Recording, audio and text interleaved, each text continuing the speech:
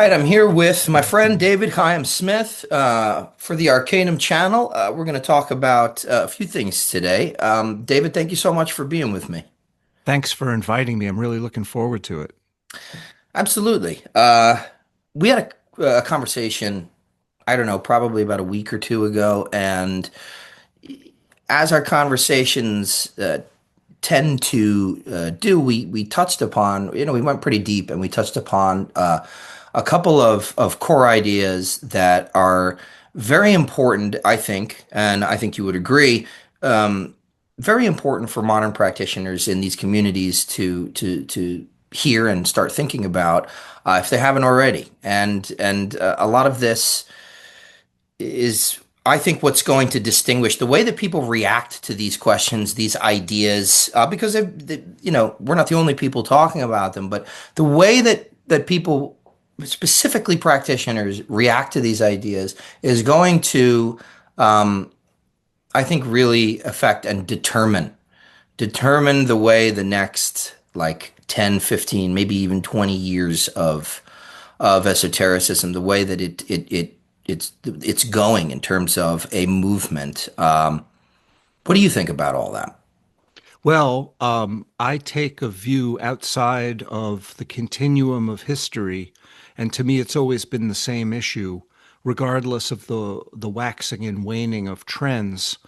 To me, it's the same issue that it's been in the Renaissance and in the ancient world, and probably in the caves when the first human beings stared up at the night sky and pondered the infinity of the stars, and then looked down at the terrestrial plane and asked the question, what the hell is going on here? It's the same core issue, in my opinion. So I don't even know what human civilization is going to do with that. I've always considered it kind of irrelevant from my perspective.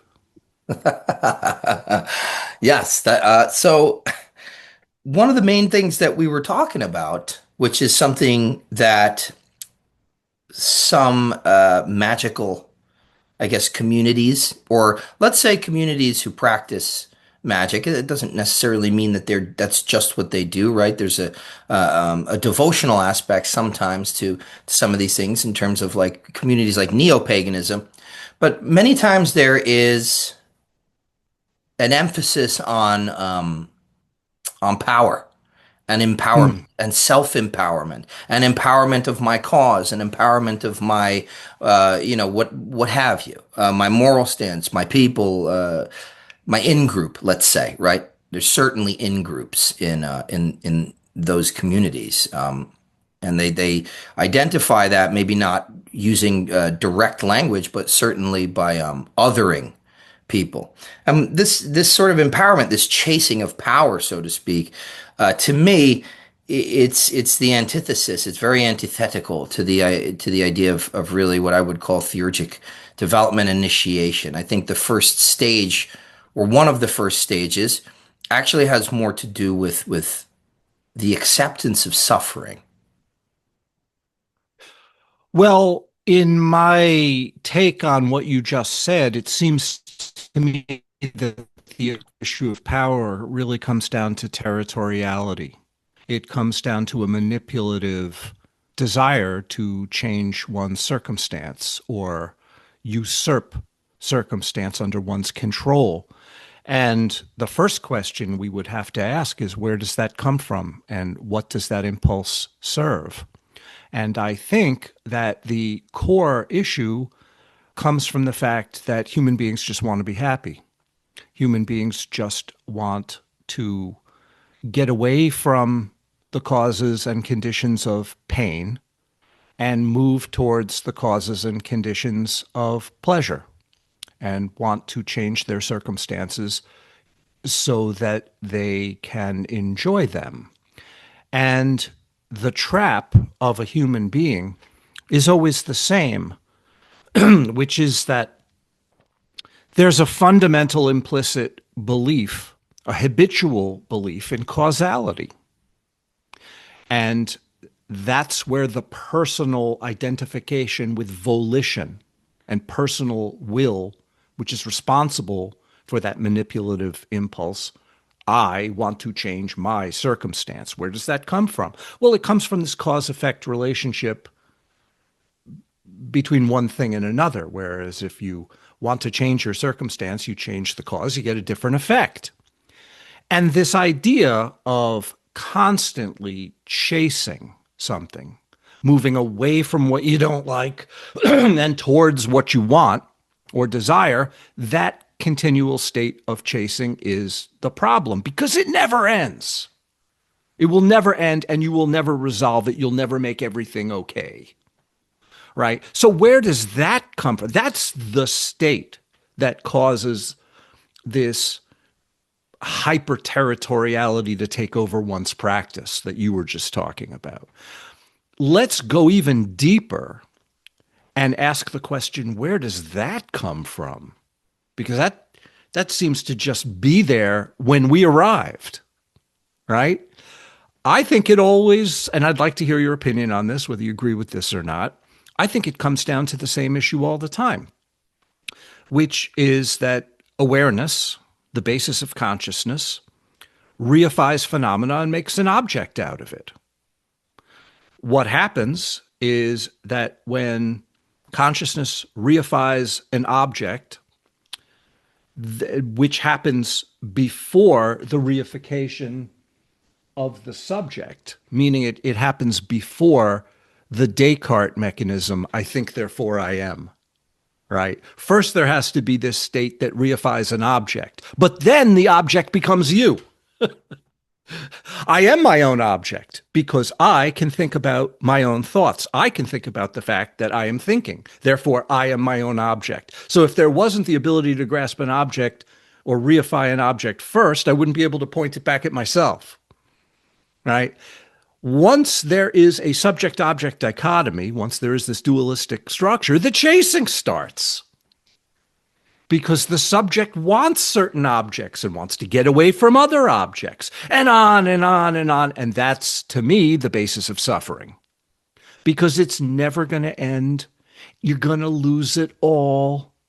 And this is the model of the human dilemma that Christ personified on the cross, suffering on the cross as the God-man, as the confluence, the hypostatic confluence of the divine and the human, fully divine, fully human at the same time.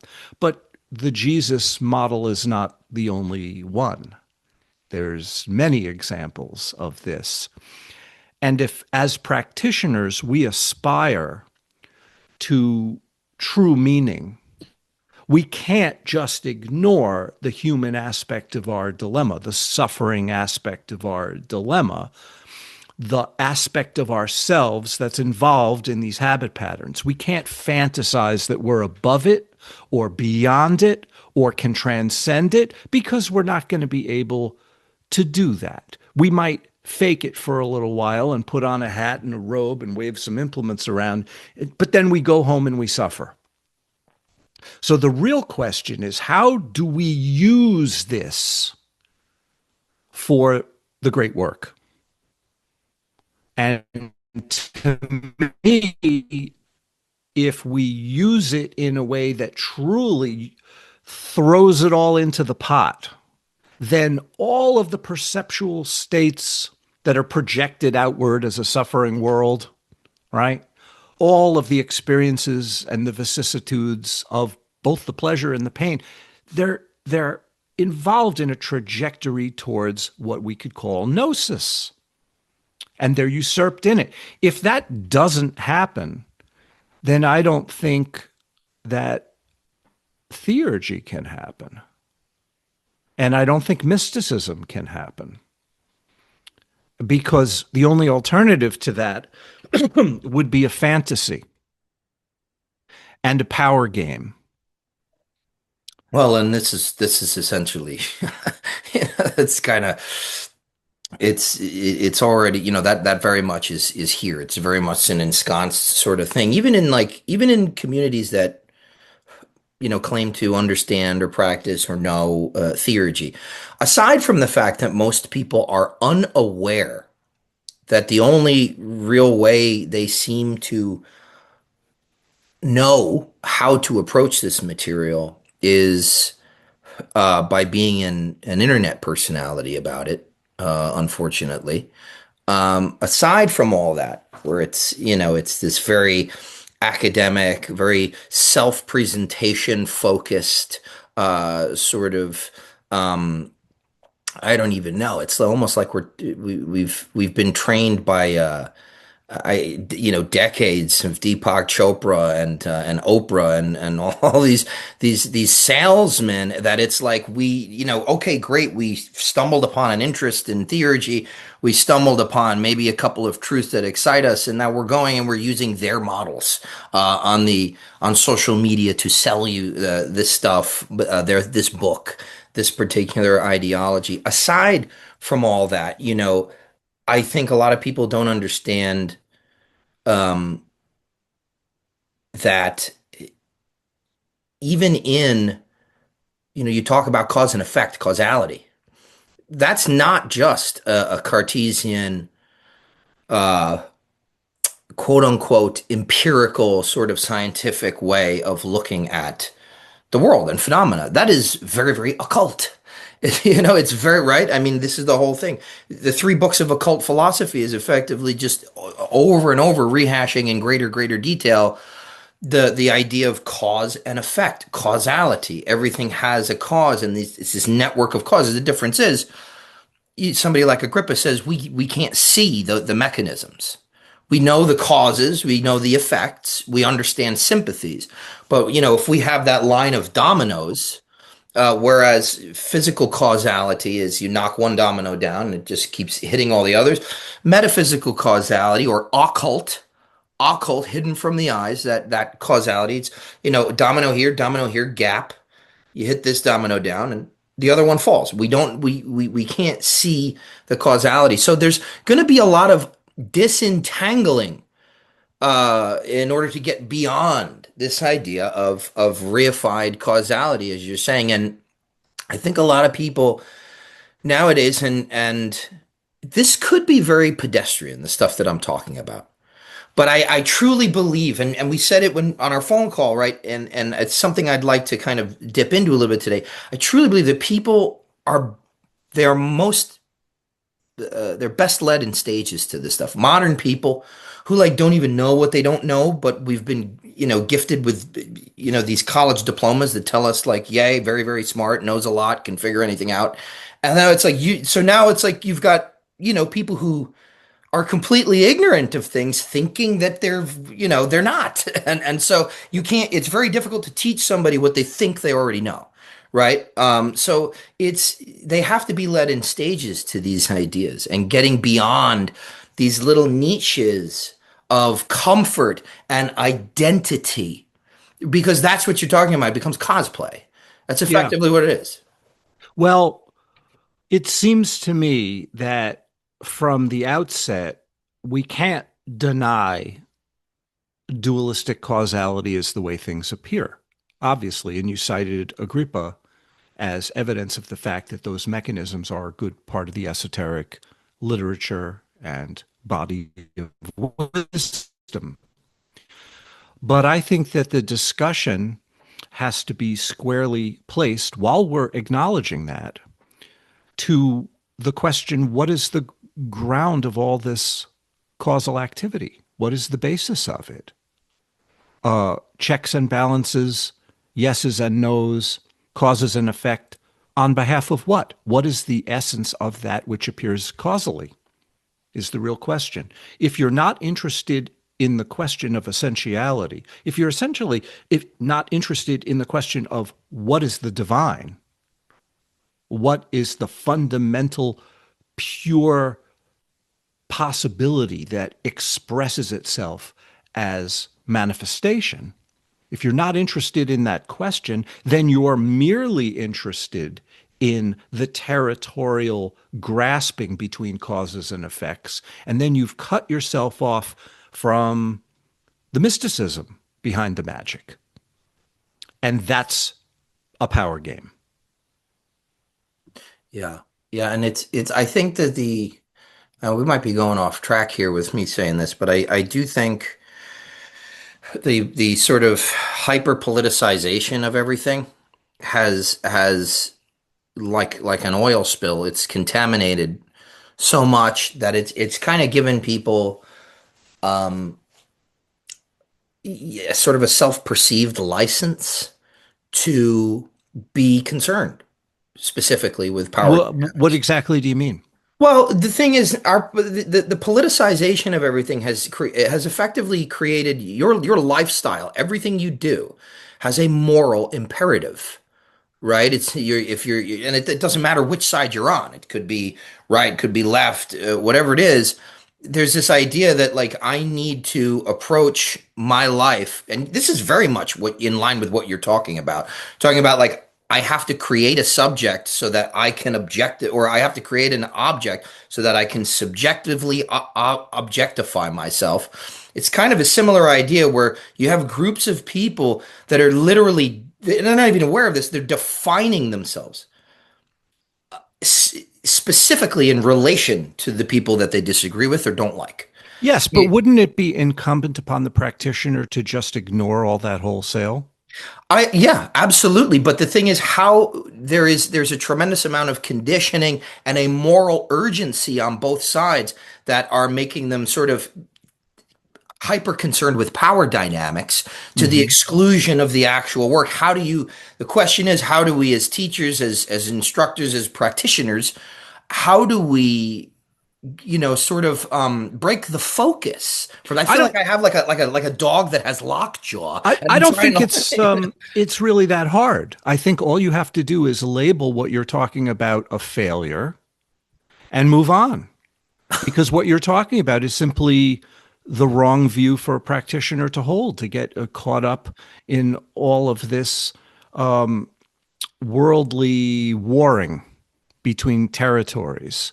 It just seems to me to be so antithetical to the point of why one does spiritual practice that we would have to agree to move on if we're going to make any progress. And once we label it a failure, once we label participation in this worldly politics game irrelevant to the purpose and true meaning of being a practitioner, and people might disagree with me, they'll say, no, we have to change the world. Well, then I'm obviously from a very different camp than someone who would say that, because I have no interest in changing the world. I have an avid interest in ignoring the world. Yeah, and you're somebody who has walked that walk and not not just talking the talk. There, I I wonder though, you know, embracing the suffering, anything, and that seems to be the keynote of the last maybe 120 years. I think it's been called the 20th century was called the century of the self by certain people. It's a great documentary, actually, for anybody that's interested in that. It's a BBC series called The Century of the Self. I highly recommend it. I watched it in like 2004, shortly after it came out, but it's still out there. It gives you a nice glimpse into people's psychology. But one of the things it seems that they're constantly trying to do is avoid and reject ideologies that encourage us to embrace suffering. Now, obviously, we're generalizing here, so there's exceptions, and of course, there's nuance. But overall, right, all the things that the way that we keep getting led into further, let's say pickles, issues, situations where we're really kind of looking back at maybe this was a mistake now, is convenience. And what is convenience? Well, it's taking away a little suffering, a tiny suffering. I mean, everything, our entire lives are built around like, how can I make this as easy as possible most of the time? And that, you don't have to be nailed to a cross to suffer. There are we're avoiding suffering in many, many different ways. And I think some of the ways that we're able to embrace suffering, like going to the gym and stuff like that, a lot of that has to do with vanity, unfortunately. So it's like I'm embracing one form of suffering so that I can achieve ease or pleasure or recognition in another area. So, how do we get beyond the rejection of suffering, according to you? I mean, I know that. Oh, I don't think that need to reject anything. I think even the game, playing the game of running away from suffering and chasing our pleasures is something that we shouldn't avoid. I think we should use that impulse. Mm. I don't think we can repress it or suppress it. It won't work. It's the habits are too deeply ingrained. So unless we usurp the whole of our habit base into our practice, it's going to come out in some distorted form. If we run away from it or pretend it's not a problem or feign that we're no longer interested in the issue, we're not going to transform anything. Mm. The whole thing has to be transformed. The life force itself, the dynamic energy of our body and mind has to be transformed in its meaning Mm. if progress is to be made, which means the habits have to be thrown into the mix. Running away from them will not work. So the real question is, as a practitioner, who is it that raises the sword of Mars? Who's doing that? Who's waving the wand in the temple? Well, if we're truly interested in the essence of all phenomena, the essence of that which enters into these cause effect relationships, then we're really asking the question of not only what, but also who. Meaning, what is a person? What is consciousness? What is that essence that causes pain and runs away from it and causes pleasure and runs towards it? What is the essence of this phenomena? And if we identify that as the essence of our own awareness, then we realize that the object that we're chasing or running away from is us, is the same as that which perceives it.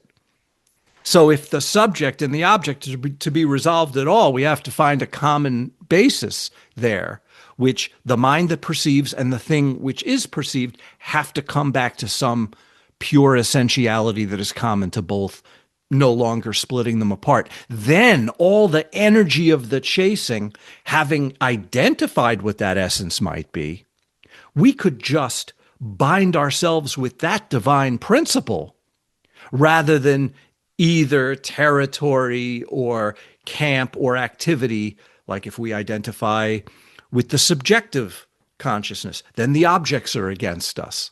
If we identify with the objective world, then our own identity will fight that, right? If we identify only with the microcosm, we're at war with the macrocosm, and vice versa.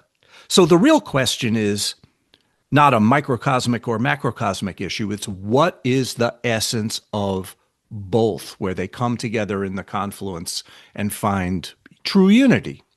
And if that can be identified, even philosophically, that could be the basis of our practice, that divine principle. Still we suffer, still we chase, but that's just the dynamic energy of that essential divine principle expressing itself. So who raises the sword of Mars? Who stands in the temple? Is it a person? And if so, what's that? That's the fundamental question. Yeah, a lot of this, the Does that way make that, sense? yeah, yeah, absolutely, absolutely. The way a lot of the way that a lot of this is approached from, let's say, like a Golden Dawn perspective in particular, because I find that theurgy is best worked through that kind of viewpoint, through the Golden Dawn, that or similar ways. Um, but this idea of a union with the higher divine genius, which we call the daimon. It's supposed to establish a willingness to relinquish, not suffer an ego, like a permanent ego death. I don't think that you can do that without appearing completely crazy. There's no way of relating to the world in which you find yourself. But I think that what we're supposed to do is be deferential and always referring to, when thinking of ourselves, when trying to understand our place in the world. And this is only a first step really to the work that's supposed to come after that, which in the modern Golden Dawn is part of the Tikkun Ha'olam, you know. But the first step is to, after you've done the spiritual alchemy of the outer order, which gets you to see this stuff. You take these critical beams that we're constantly focusing outward on the problems of the world and what's wrong out there. You're supposed to then turn it on yourself. It's the purpose of that initiatory experience. Is that to you got to rectify the microcosmic universe and then introduce it or raise it up to its God. So the God of your microcosm. And then I know we're talking in theistic terms, we're reifying things, but I think it's helpful to have people sort of understand in a whatever way that they can, whatever symbolic narrative that they need to use, kind of like mythology, to get there is to sort of bring that microcosm up to meet its God and bring that God down, which is to the extent that it can come down. It doesn't ever can. We don't think that it can ever fully incarnate. That's why we call it beginning or bornless, beginningless. So, and then that becomes the microcosm then becomes subject to the autonomy of its ruling sort of aspect of a spiritual ontology. I don't know how much that sort of jives with your idea of what you're calling the eidolon or the eidolon, right? Which is in Greek that means like the image. Mm, yeah. Well, the real question is two methodologies. They could even have very similar views or even the same view, but we're really talking about two different approaches. One is gradualist, which is incremental steps and stages that you're describing. And the other is what I call the lightning flash, the simultaneous, spontaneous assertion of the ultimate or the highest from the outset without needing any gradualist steps and stages to get you there. And the real question is, what is the end goal? Well, the end goal for me is that the separation and the reification of both microcosm and macrocosm collapse into their ground, and the ground is realized. So then, whatever arises either as microcosmic or macrocosmic, bear the expression of that essence. To me, that's the end game. And I use a term for this, and the term is transparency.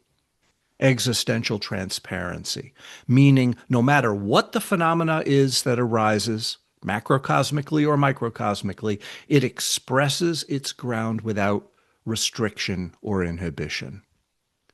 And that, to me, on the tree, is a Keter issue, is an issue of the restrictive qualities of Keter, which render the rest of the spherot either opaque or transparent to whatever degree that they are.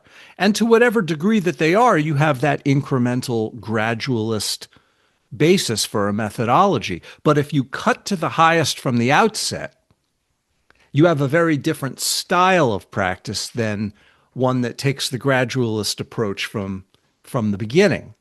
And it's very interesting what happens when you hold that kind of a radical view of absolute and complete from the beginning. One thing that happens when you do that is you change your relationship to your own habits and your own suffering by intellectually understanding something that maybe you don't realize on deeper levels, which means that you're telling yourself something that you haven't realized as true yet, because so few people have that realization or even little sparks of it, that to say the nature of phenomena is Or Ein Sof, from the perspective of the discursive mind's meandering, that's a lie, because that's not your lived through experience. So in a sense, you start out by lying and realizing the nature of lies and the nature of untruths. And this has to do with how conceptuality works, because you're fundamentally admitting that all conceptual equivalencies, which is how we perceive, how we sum up information. We reify phenomena into bits that form shells and differences, and we network them together. It's like the way that the senses perceive reality. It equivocates reality for the nervous system. So, for example, we think that things are solid, but really there's just dynamic energy moving around very, very fast. It's not solid at all. We just perceive it that way. We think that things are different colors, but really it's just light frequencies refracting to different degrees under different conditional contexts. So the whole of reality is an equivalent structure. The whole of perceptual life that we think is solid and real and stable is, in effect, a lie or a partial truth, we could say. So if we realize that the mind, in its conceptual interface with reality, is not exactly apprehending what is true, it is apprehending its own version of what it thinks and feels is true, then we could sort of approach this idea of basing a view beyond these great separations and these problems that we're talking about as possible. In other words, if I'm going to lie to myself habitually anyway, I might as well make it count, which is the same thing as saying if I'm going to suffer anyway, I might as well make it count. Because you're not going to get out of that one. You're not going to get out of your own suffering. So the real question is whether we take the gradualist approach or the simultaneous approach. What's the end game? What's it all about? Is it merely about manipulation of circumstances and power? Or is it about realization of that principle that is totally and completely free, free of all that stuff? No matter which path you take, if it's about the essence of freedom, the essence of the divine, then at least you have a chance of realizing that and becoming that level of meaning in your life. But if it's not about that, then you're essentially a black magician. Yeah. And we're a lot of the language today, or I would say, the PC culture, it frowns upon or would make people feel a sense of guilt or restriction, censorship, really, of making those kinds of what we would consider value judgments. But to me, I feel like, Can you give me an example? well, yeah, you can in the modern communities, it's like really about anything. Forget magic or anything. You can't say one thing's better than another. That one person's, more preferential and this and a lot of people, like you're saying, the point that you're distinguishing is that, what is it about? What is your end goal? Okay, so yeah, I would agree with you that if unless you are striving for ultimate realization, unless the impetus and the onus of your practice is frankly religious in nature, meaning, right, and I mean that free of modern institutional dogma, but more in the sense of binding back or just the removal of the obstructions to the truth of the reality, capital R reality, right? Reality in what I would call a Platonic sense, which sort of agrees with what you're talking about here. The You true, know, the good, and the beautiful. yeah, yeah, exactly, and getting to the ultimate ground of everything, which is just being, right? Just like capital B being. This is the whole thing. The Platonic tradition and the traditions it's ultimately derivative from reject the idea of non-being. There can be no such thing as non-being. There is only being, but it's at a level where we can't understand it in phenomenal reality. And so the pursuit of philosophy is actually to try and reduce these conceptual filters so that you can get as close as is humanly possible to the just this boilerplate kind of source being. I think that is what ultimately is the itch in all people, because it's where we come from as souls, or let's say, fragmented consciousness. It's ultimately the pond we're reabsorbed back into, and from which we came. I think that's ultimately that existential itch. But a lot of people, because of like this politicization of terms like God, divine, and ascent, and return and realization, I think that they have embraced somehow paradoxically this reductionist materialist worldview that tends towards secularism and atheism, and still for some reason think that I'm going to go out and work with the gods. It's a completely contradictory sort of Mm. thing that manifests in this idea. Well, it's like, well, I don't really care about the evolution of my realization. What I care about now is what's left for me in the equation that I have left myself, the variables that I have. The only stuff that's left for me is to move the pieces around on this chessboard here, Mm. and I would agree with you, though, is what I'm trying to say, is that that's black magic, and Well, it that would be the that ego makes in a value disguise. judgment. That places a value judgment on it. Would you not agree with that? Yeah, I think it's the ego in disguise. It's the ego running the show still, Yeah. basically. But let's go back to some of the other things that you said, which were really, really interesting. You use terms like being and non-being in relation to your view. I use those terms very differently. However, we're fairly close in what we mean by these terms.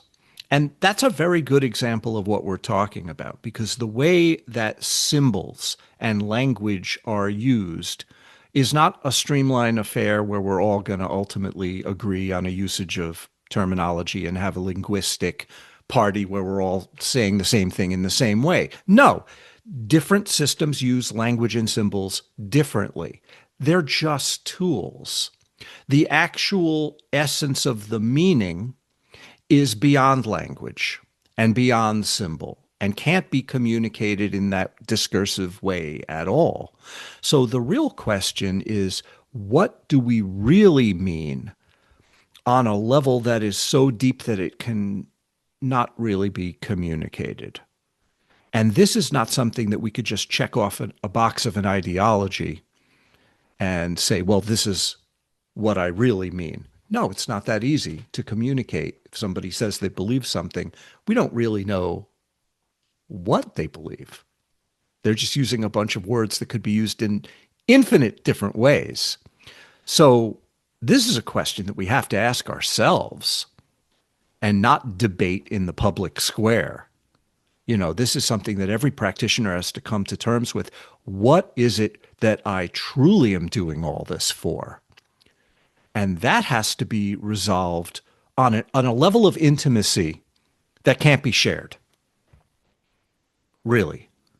The aloneness of the alone, which I believe is a quote or a term from Plotinus, is it not? Maybe I'm getting that wrong.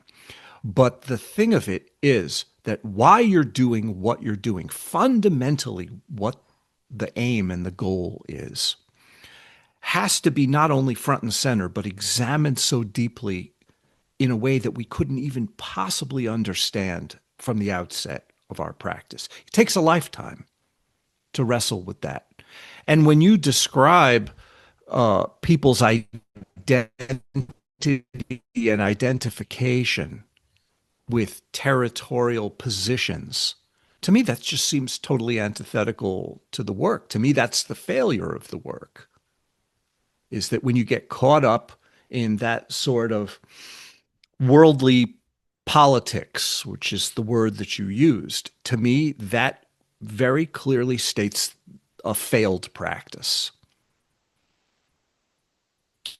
Yeah. And I think it has to do with why you're doing what you're doing. Yeah. Yeah, and that's there's kind of that, again, I don't want to get too far off, but there's that dichotomy there where it's like, a lot of people see in somebody like Plato, and certainly the Pythagorean community, what we at least know of their time in Crotona, is there was a preoccupation with the politia, the city, the polis, and its running, but it was so drastically antithetical to contemporary ideas and even modern ideas now, but certainly contemporary to their own time, ideas of how government should best work, and how people, which people and why are suited to these positions of governance. For instance, Plato was well poised to become a politician, and instead he walked away and chose the path of philosophy. And he said, basically, unless this entire thing is sort of quote unquote, sort of rebaptized under a philosophical viewpoint, it's not going to work. It's not going to work out. We're going to continue to inherit suffering upon suffering. Um, so there is a component of having a foot in both worlds, but I think that we again, because we don't, many of us that are interested in this stuff, not just politics, but people who are interested in magic and in theurgy, they don't really undergo any kind of true philosophical training to reorient their view. um, we end up with, again, people who don't know what they don't know. In both Mm. camps. So I don't know. I guess for me, it's I'm trying to untangle a knot for people and maybe I'm going about it the wrong way, but I'm trying to untangle a knot for people to be able to contextualize and orient themselves properly to some of the ideas that you have and the ideas that you bring, because I think that, a lot of it is at such a high level. But it's so integrally important to orientation in this work that there's just so much groundwork to be done in terms of trying to get people to see when and how they are bringing their exoteric perspectives to what is ultimately, what we're calling in the modern day esoteric sort of understanding of things. Mm. But that said, I'm interested to see us explore the image in front of us, because I'm still not, and we've talked about it, but I'm still not fully, like, I don't fully understand how you're how working, or what position the Eidolon here holds for you on the Oh, tree.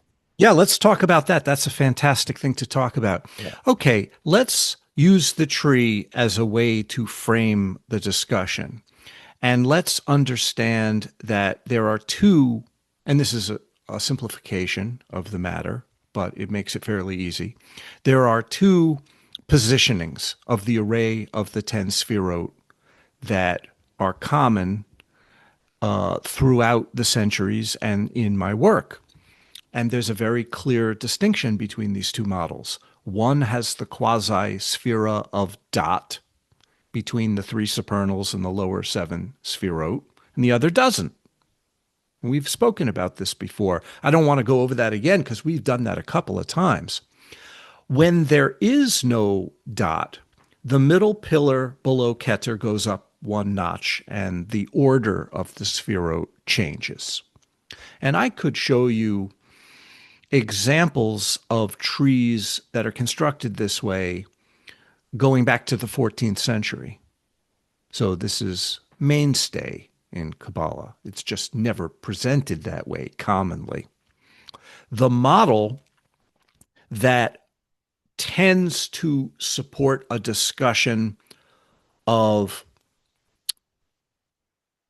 a style of practice that goes beyond conventional fixations. And when I use the term conventional fixations, I'm talking about conceptual territoriality and the chasing of the mind in the dualistic causes and conditions that we just mentioned. In other words, when practice is geared to do more than that, or usurp that energy in service of something else that goes deeper, one's aspirations lead the dynamic fighting of the mind towards a goal that has freedom on the other end. If it doesn't do that, all you have are your concepts and your equivalencies, and that is the sphera of dot. Dot means knowledge. We're talking about conceptual knowledge here. And what it does, in terms that you're going to be familiar with, is place an abyss between the supernal spherot and the powers of the lower seven planets in your system.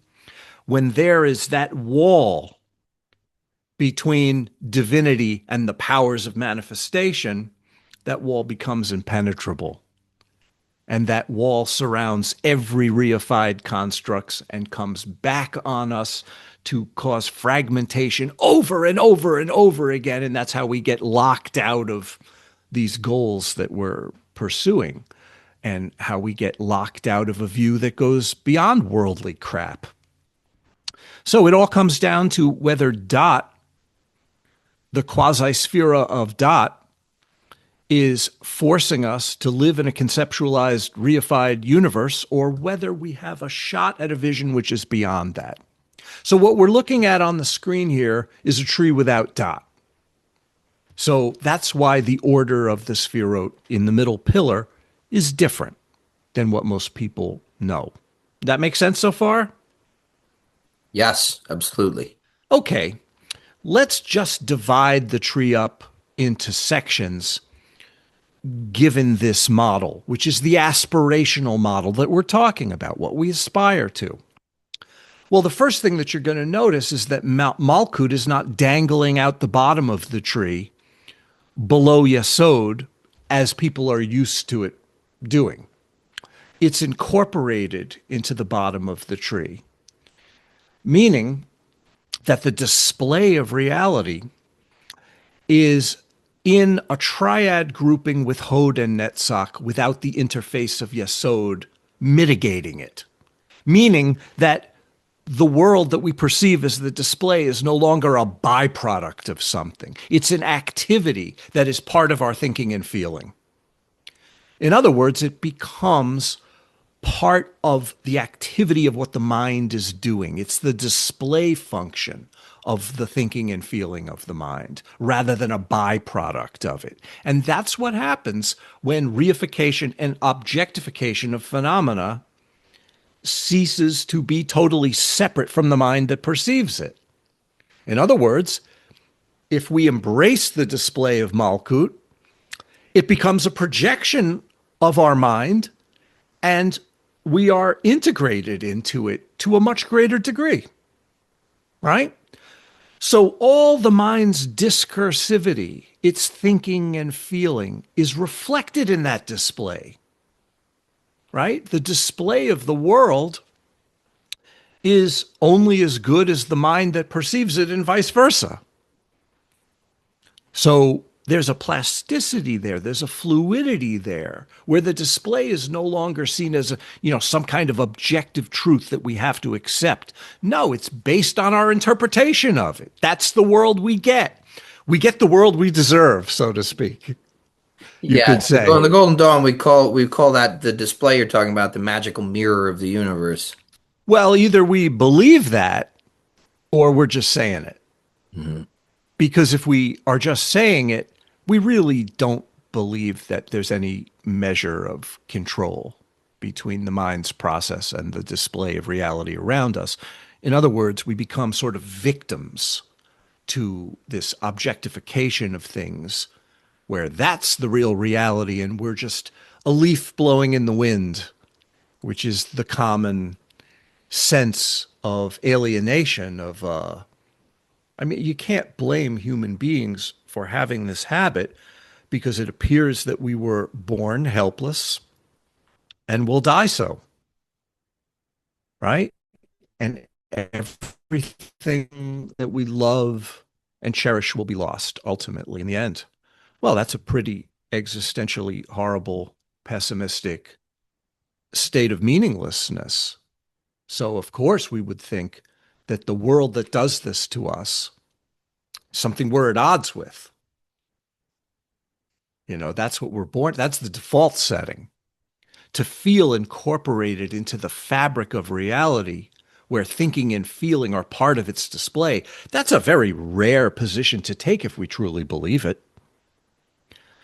But yet, the thinking and feeling mechanisms of the mind, these are Hod and Netzach, the spherot of Hod and Netzach, this produces the state of discursivity, where perception vacillates between states and conditions and their causes, back and forth, undulating all manner of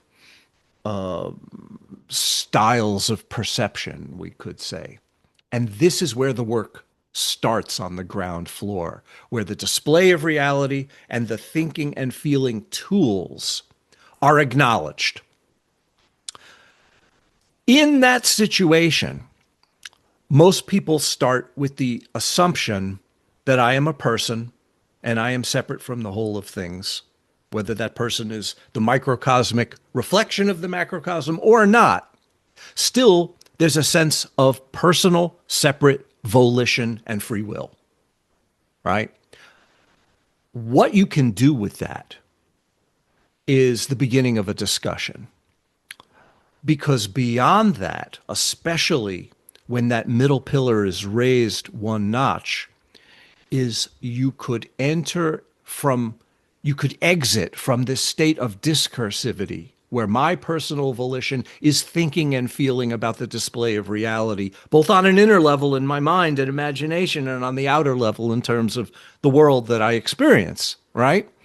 The emphasis, the focus can shift from discursive activity to what I call immersive activity, where that sense of personal autonomy and volition dissolves into a cosmic register. And this register is really typified by the Sfirot of Chesed, Gevurah, and Yesod. And Yesod is the center at that point, in that raised middle pillar, of this complex of lower seven Sfirot. And instead of being the locus of a personal self, as it is in a tree when that middle pillar is down one notch, it becomes the integration point between perceiving and all of phenomena. And the function of Yesod changes drastically. And then these vast cosmic principles of Chesed and Gevurah, instead of becoming personalized attributes, the giving and withholding of territory in relation to me, become cosmic in scope, immersive in scope. In other words, that sense of personal volition can be released. And the bath of endlessness takes over. And then we shift from personal discursive experience, what I think, what I feel, what I sense as the display of my reality, to this oceanic register where it's still experience and there's still an experiential perceptual foundation for what's going on. It's not true mysticism yet, but it's certainly the place where true mysticism takes off from. Oceanic experience of an immersive kind. Mm. And that is a tremendously important thing, because the forces of Chesed and Gevurah become, as we've spoken of many times before, these principles of love and awe, which is simply beyond anything that can be owned by the personal self.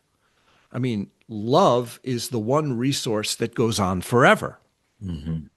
It's that in which you can surrender. And awe is really the precision of the responses of the reflections of the projections of your world in relation to that love.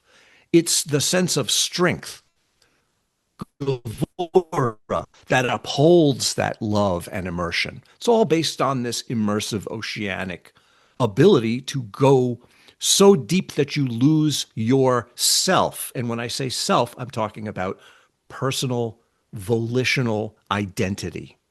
Mm-hmm. Now, this doesn't mean that the discursive identity goes away. It's still there. It deepens the territory. It expands the territory. You're not going from discursivity to immersivity. You're expanding the range of discursivity to include this oceanic register. What you are going away from is being locked into discursive activity as a prison cell by your dot, and able to enter into what is, for lack of a better term, called spiritual experience. Now, beyond this is where the abyss in the tree model that has the separation between the three supernals and the lower seven, that's where the abyss is usually asserted, between Keter, Chochmah, and Bina and the lower seven. And that's where the issue of dot comes into the picture. What do we do with our conceptuality? If we aspire to pass beyond it, there is no abyss. That phenomena is an expression of the divine from the outset, and we do whatever we do with it. But if there is this habitual need to conceptualize and reify everything into little mental packages, you better believe there's an abyss. So the abyss is an opinion about what reality is. And this is where the interface of the model of our aspiration really reaches its pinnacle. This is where the eidolon comes into the picture. This is where the Agatha Daimon issue arises. The holy guardian angel, the sense of guidance, and the question, what does spiritual guidance actually mean? Well, if spiritual guidance means personal advice or discursive information being disseminated by a reified sense of a being, an angel of some sort or a spirit intelligence, then that's one picture of what spiritual aspiration means to us. That's not what the eidolon is in the way that I use the term. The way that I use the term is that a window opens through this immersive oceanic release that we found in the lower triad, right below that point of Chesed, Gevura, and Yasod. The idea that a window or a doorway, a portal of possibility opens up where we can be guided by grace totally and completely beyond our personal volition. And without that, I don't think there's any chance at all of anything happening. That's exactly, I mean, those terms of grace guiding you, Yeah. and after your sort of willed divestiture of personal volition, that is exactly, I mean, it's a beautiful way to put it, and I think that you've articulated something in new and useful terms, certainly for me. But it's the same concept as working with what's supposed to happen when you come under the control or rise and unite with your higher divine genius in the system of the Golden Dawn. And of course, we're kind of utilizing a symbolic narrative, not unlike a mythology, to do exactly what you said, sort of objectify it in a way, which again is, to the extent that that is accomplished, I think it can go kind of wrong in some places. That's why I don't like the model of the holy guardian angel. I don't like it, and it's not just because it comes specifically from Crowley through his work with the Abramelin, and it's actually nowhere for anybody listening, nowhere anywhere in the Golden Dawn does it ever reference this as the holy guardian angel, because that is something that is definitely objectified and sort of exterior, at least in the way we're working with it, and that to me abstracts it from this internal state that's supposed to be achieved. That, like you say, I love that idea of this window onto the oceanic submergence in this, or inclusion, this expansion, and I think I think you've participated in these systems, right? The gradualist thing is what we call Nehushtan, the serpent of wisdom that goes very, very slowly up the tree, whereas the lightning flash it's instantaneous.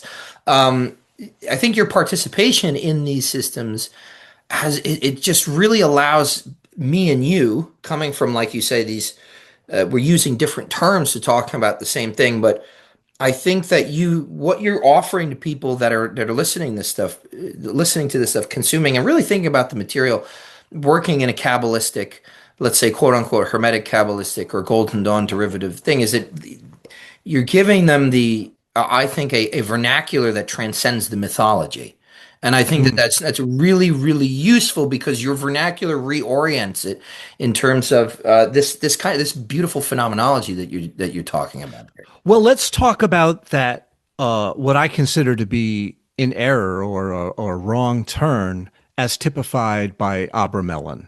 Okay.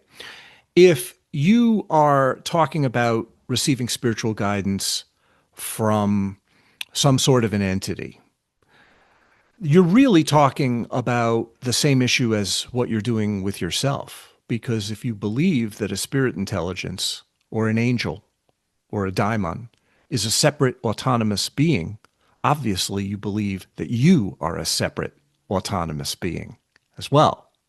Because there's no way you get one without the other. Either you're doing that with beings in general or you're not.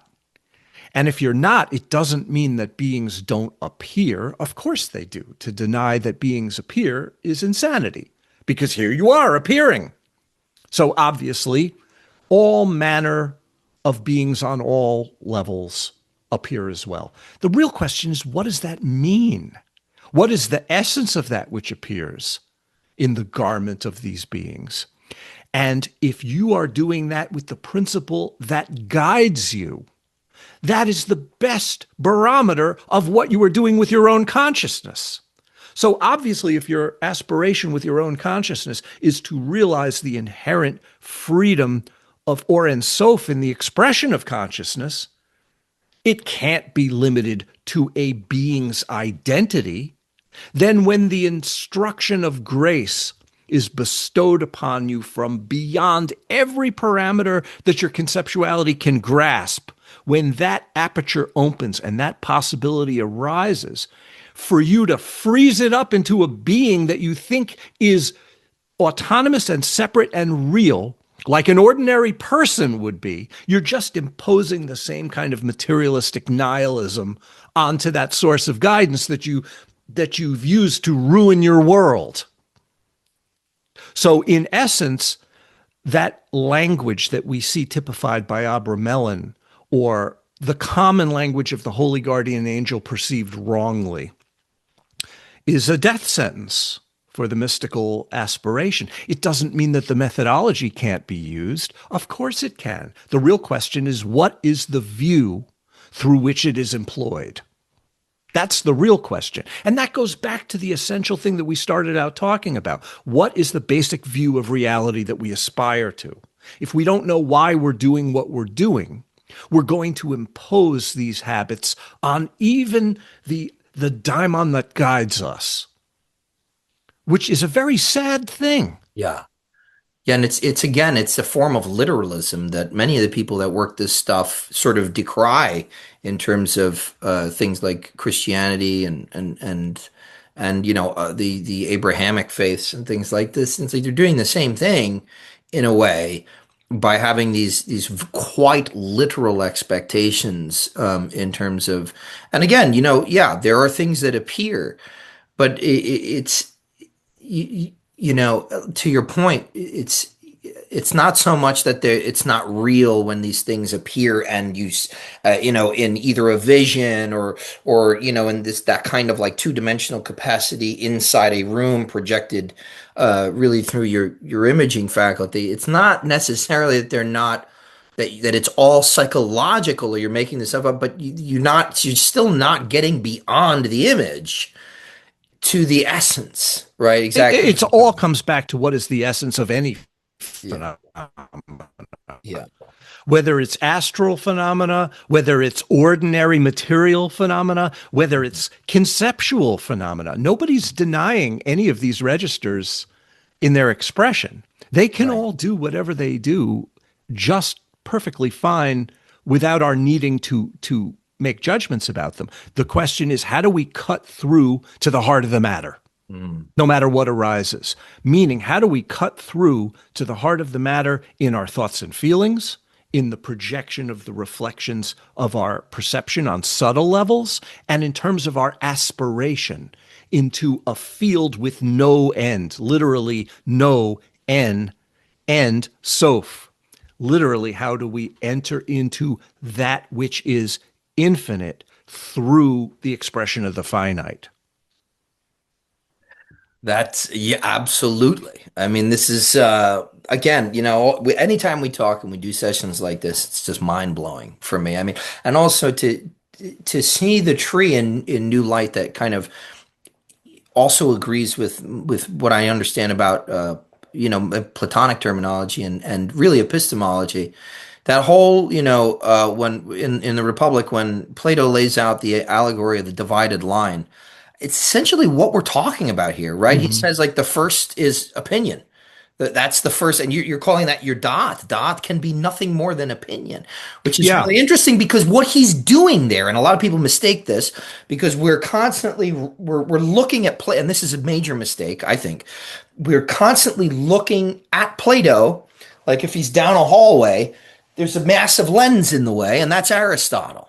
And so That's great. everything that we're looking, it's coloring that light, right? So when you look at something like the divided line, you're thinking about, oh, Plato is categorizing this because of Aristotle's the categorical emphasis on empiricism, which is his expression of Platonism. But in reality, if you forget Aristotle and read what is there, maybe, perhaps, referring to the traditions that Plato came out of, okay, and see that what he's talking about in the divided line is not so much the categories of epistemology, but he's saying, do you see what your mind is doing?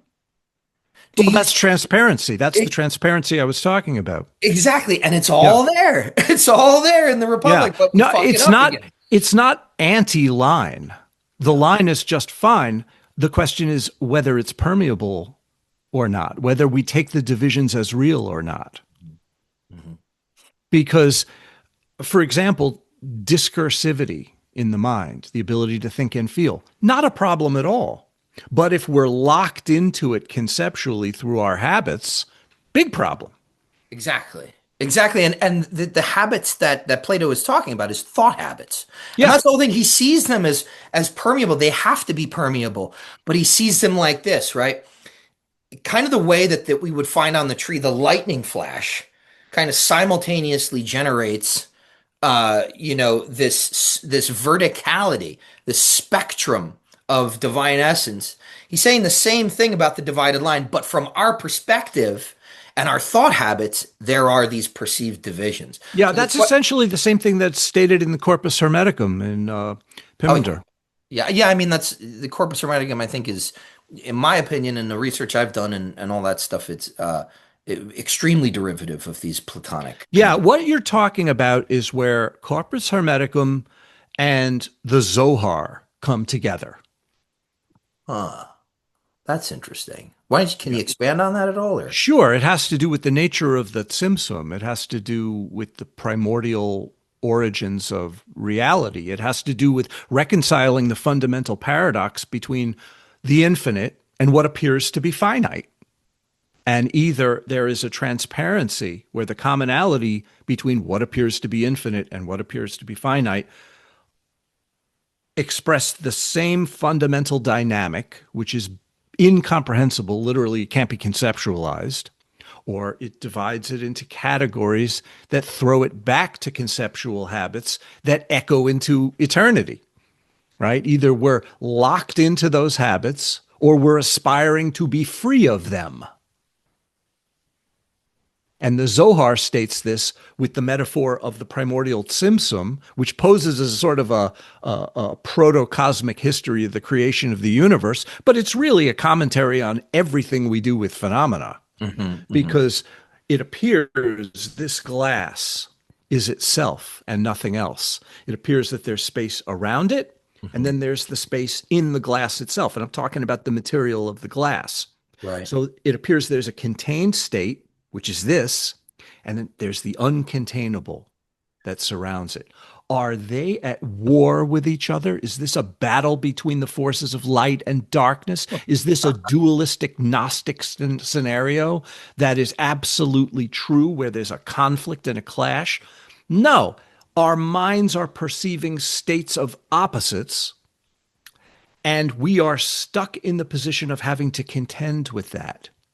If we go deeper and consider that there is a commonality between what appears to be contained and what appears to be uncontainable, we're in that discussion of the essence again. And the real question is, how deeply do we want to pursue that?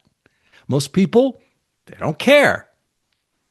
But if you're an esotericist, a practitioner, an aspiring mystic, to whatever extent you are, that's all you care about.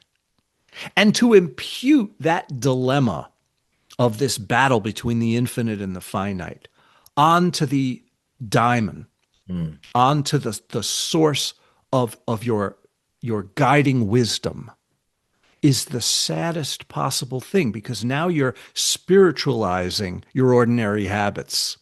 Oh, ugh. Oh my God. Yeah, that is, oh my goodness. Yeah, that's incredible. That's an incredible way to put that, actually. And the thing about the eidolon, and the reason I use that term in that way, and I just wrote a book on this. The reason I did that is to show a way of addressing the idea of spiritual guidance without reifying it into any kind of being at all. Not an angel, not a spirit, not a God form. Not that I'm against those things, because all those things are fine if you understand phenomena in general. But if you want to make the point to express how this view works in relation to phenomena via the guiding principle, I took the idea of beings out of the equation completely and just presented it as a doorway, just presented it as an aperture that sits in the tree in the place where dot used to be, which is between the lower seven sphirot and the upper three supernal sphirot. In that aperture, that doorway opens where the abyss used to live. Mm. And through that aperture, we could follow the line of immersivity that I talked about before and keep immersing beyond experience itself. And what happens at that point is not a form of non-experience. So when I say that we go beyond personal experience, we're not going into a state of non-experience. We're going into an entirely different question than yes and no and being and non-being and existence and non-existence. We're going into a question of essentiality. We're going into direct realization of the Or Ein Sof. And the tools that we have past that point are Chokmah and Bina, wisdom and understanding, which are very different than knowledge. Mhm. Yeah. Yeah, so I've been preparing for this course that I'm given on Dion Fortune and her systems and stuff. But in the research, right, I reread the Cosmic Doctrine, which, as you'll know, if you've read it, it's very it's cosmological or cosmogonical, really, and but she states this at the beginning of the book, and I think this is a really great way to summarize how people should look at all the diagrams and these ideas of holy guardian angels and so on and so forth. She says these images, that because she generates a series of images that are not unlike the moving image of eternity from Plato's Timaeus, but she creates this series of images. She says these images are meant to train the mind rather than inform it. I mean, would you agree that that's kind of the way to that people starting out, let's say people want to genuinely transition with what they have in front of them to a less reified approach to this stuff. Do you think that that's a good kind of summary of how to begin to change this stuff? Is maybe being viewing this stuff as less informational and more it's training your mind to be able to work with these things as um images of a deeper essence. I think the real question is, what is the nature of the mind that is being trained? I think the only way to answer that question is by asking yourself, what is the mind in and of itself in its own nature? Because sure, you could train the mind in these ways, and they could be more or less effective. But the real question is, in service of what? Mm. What is this thing called mind? Is it truly separate? Is it personalized? Does it have qualities that purport to be self existent? or is it infinite in its own essential nature on a level that aligns it directly with its ground? And this is where a very radical viewpoint can swallow up the idea of all viewpoints. And that is the question. Is the nature of our own awareness the same as Or Ein Sof, or is it a created entity that is a byproduct of it? And when you look at these different systems, you see a real distinction between systems that view the mind as a created entity, even a very sophisticated, essential one, and those that don't. Mm. The real question is the nature of your own awareness Or Ein Sof? And if so, how deeply do you trust and believe that point of view before it's realized, before even sparks of it have been tasted? Are you willing to pursue your work with that basis in mind, that the nature of your own awareness is essentially divine? Well, certainly Corpus Hermeticum says that that's the case, very clearly from the first chapter. Yeah, Pymander, yeah. Now, the question in Kabbalah, which uses a lot of emanationist language and a lot of theistic creation language, Kabbalah, in a textual sense, is not exactly clear on whether it believes the mind is a created entity or not. Now, I've taken a stand in my own work based on a variety of sources that is not exactly in line with mainstream Kabbalah, because I don't believe in created entities at all, or at least I pursue my work without that belief. Whether I've realized it completely is another issue, because I'm not a realized being. I'm a practitioner, but I pursue the work from the standpoint that the essence of my own awareness was not created. Because if it was created by what? By a first cause? Something that's separate from itself? Was it emanated through a series of steps and stages? I don't believe so. Because I don't hold any gradualist methodology as the truth. Those are only methods. Right. So to me, the ground comes into its fullness through the expression of the essential awareness that is the heart of my own mind. What it produces in terms of consciousness and states of consciousness is another matter. That corresponds to steps and stages and levels and degrees. But the essential awareness at the heart of that consciousness, I believe, was not born and cannot die, has no substance, occupies no dimension, succumbs to no cycles of time, and cannot be encapsulated by ideas. And it doesn't have an existential status that either exists or doesn't exist. It's beyond that. So I view the essence of my own awareness as Or Ein Sof. And that's what the guidance of the Eidolon is, opening that portal through grace, which is beyond my personal volition entirely. I can't summon it through ritual means. I can't command it by divine names. I can't manipulate it into coming to me. It's utterly and completely, I'm at its mercy. I have to surrender to it. It's surrender or nothing. Yeah.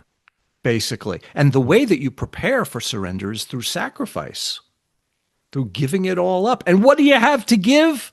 Your own suffering. I mean, isn't that the model of the Christ on the cross? That what did Christ have to offer through the humanity aspect? The cross is the seal of it. It's like, I'm suffering for your sins. What does that actually mean? It's an offering. That Christ became the same kind of offering that the animals in the temple were,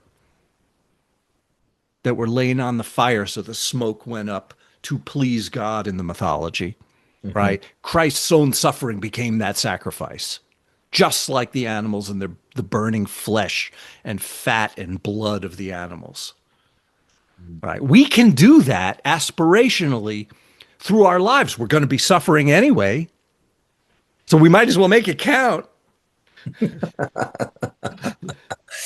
So when has the book come out, or when is it coming out? We're laying it out this week.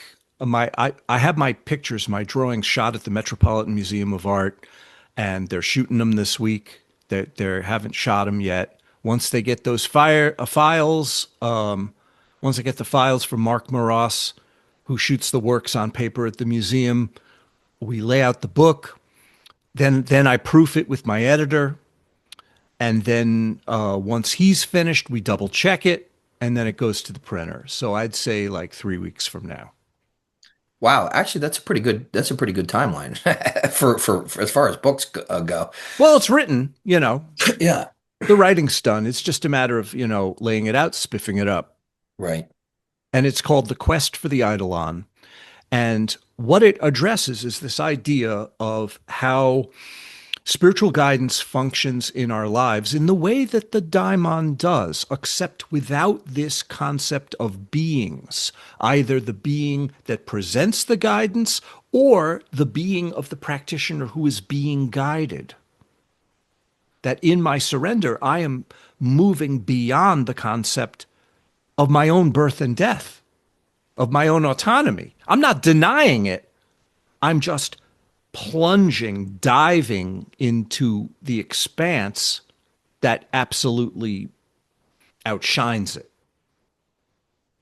Yeah, this is such an important conversation. Well, I'll put it this way. Actually, let me rephrase it. You're a very important voice in all of this because, well, for many reasons, but I can speak from experience, and I'm sure people that are listening will agree to some extent. In the work of the Golden Dawn style of theurgy, in the quote unquote sort of reconstructionist, which is it's almost purely academic. It's like people studying. One day they're going to be able to put it all together and make the rituals, and that just goes on almost ad infinitum.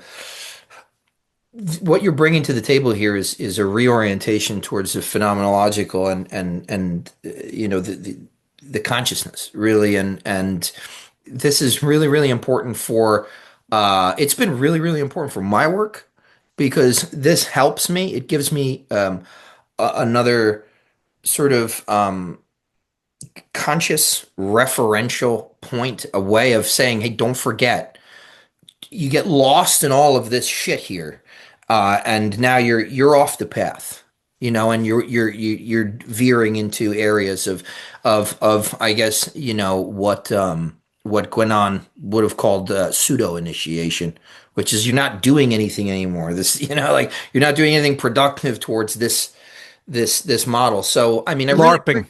yeah, exactly. You're LARPing effectively when you even it doesn't matter how far you've come, it's just if you're getting bogged down and you don't remember, like bring it back to what I'm doing with my life and the way that I'm experiencing this stuff and going deeper. If you're not doing that, it's like it becomes an academic project. It becomes strictly secular. So, I really appreciate it, and I really value the work that you do. And I tell you this every time we talk, but, I think that these series of conversations that we've been having on your channel, and now we're going to, do on mine, these are anybody doing any of the work that either I do or the Golden Dawn teaches, or even people immersed more in an Eastern flavor of this stuff. They need to hear this stuff. They Well, need. let me address the issue of theurgy in relation to what you just said, because I think that that's where a lot of your audience is coming from, aspiring to theurgic practices, theurgic practitioners. People misperceive what I'm saying as a sort of antagonistic stance to work with divine names, angels, spirits, ceremonial, symbolic expressions of that sort. And it couldn't be further from the truth. Because if we remember that the goal of the practice is the realization of the ground of Or and Sof, and the expression of a being, whether it's a formless being without a body or your own being in a physical body, does not matter. If the presentation of phenomena come to life in the expression of an animated personage is at least aspiring to freedom from the restrictions of conceptualizing this entity as a separate thing from everything else. If that is truly the goal, and we view beings in this way, which is the question about what we do with ourselves, then summoning all manner of beings in their different registers throughout the worlds is completely viable as a mode of practice. And everything that theurgy attempts to do methodologically should only enhance that goal as a way of practicing. And people don't understand that I really hold that opinion. However, it's so rare that people are actually practicing that way for real when they summon spirit intelligences and petition angels and so on and so forth, because they are reifying their own consciousness, so they impute that reification onto all manner of disembodied beings that go through the worlds. Essentially, what they're doing is taking their conventional point of view and spiritualizing it or making it a cult. Essentially, this is what Chogyam Trungpa would have called spiritual materialism. And the thing about that is it all comes back to that fundamental view of why you're doing what you're doing. But theurgy is a completely viable way to practice this view if you care about this view and hold it or attempt to hold it. If you don't, if your true mission is to manipulate your phenomena to get what you want, which could be spiritual wisdom or whatever, as a territory, and move away from what you don't want, which could be the failures of your own mind. If you haven't really examined that cause-effect relationship that is based on your personal volition, your personal will, and this is something we should talk about, the role of the will, because there's so much discussion in thelemic communities about the true will, which to me is just the ego in disguise. That's a controversial statement that'll piss a lot of people off. Well, I mean, if you're saying if you're talking about this stuff in any way, shape, or form as if it has real stakes, you're gonna piss people off. So Hope so. Well, we're not in it to win friends. right. Unfortunately, for better or for worse, we're here for a completely different reason. Yeah, we're in the wrong business if that's what we want to do. But the thing about it is that if we hold that view in relation to these disembodied entities, we've got a very powerful spiritual technology at our disposal.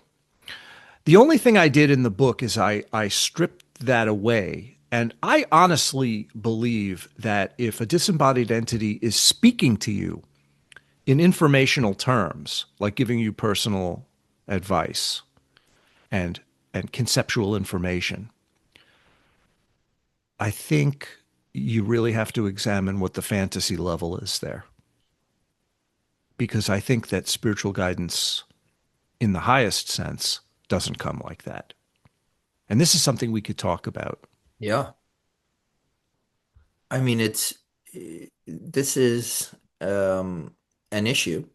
This is the whole reason why there was this, or at least it's got to be at least part of the reason why there was such an extensive sort of spiritual, or let's say like in the most folk version of that word, like actual spirits, but the taxonomies, the classifications of these various spirits. There was a real preoccupation, in particular in theurgy, with what they called, they had a couple of different names for them. There's a very popular sentiment right now. People thinking they sound very smart, saying, "Oh, well, demon is actually just Daimon." So it's really they're talking about diamonds, yes, but that's a very surface level understanding of that, because if you go into the literature, you see that Daimon ends up being a generic term for all manner of spirits as intermediaries, some of which want to help you, do the anagogic ascent, but many and probably most of which want to do the opposite, right? There are kakodaimonis, that's impure spirits, but there's something more subtle. There's what's Zosimus of Panopolis, who was an Egyptian scribe priest. This isn't some, guy. He was Egyptian scribe priest. He classified a category of daimon called the anti-mimos daimon, okay, or the counterfeit daimon. That word mimos, mimesis, mimicking. They will mimic the good Hmm. in that long con to ultimately drag you into Of delusion. course. And when people are summoning these entities that purport to respond to a name, how is it possible to verify the veracity of who you think you're getting if you have some kind of intelligence communicating with you, of verifying the identity as not being counterfeit? For the majority of magicians, it's almost impossible. Yeah, you're taught you're taught testing systems that are, to a greater or lesser degree, somewhat arbitrary and self-referential rather than universal. And so, what the hell does any of that mean? If you're not playing with your own psychology? But I think the way that Iamblichus would have discussed it, and again, to a greater or lesser extent, uh, he describes it in terms of light. There's a certain type of light, a purity of light in the phantasm of these, the way these things appear, that lower, impure spirits cannot mimic that same degree of luminosity. Now, to what extent this is a sort of, again, a symbol, I can't be sure of, but I will say this. In years of doing this stuff, at this point, specifically the theurgic work for over a decade, it is basically, I mean, I would say it's almost completely impossible to know beyond the shadow of a doubt what and who you're working with. And if any of this information that is coming through, forget if it's accurate, but is it truthful? I think that it works both ways.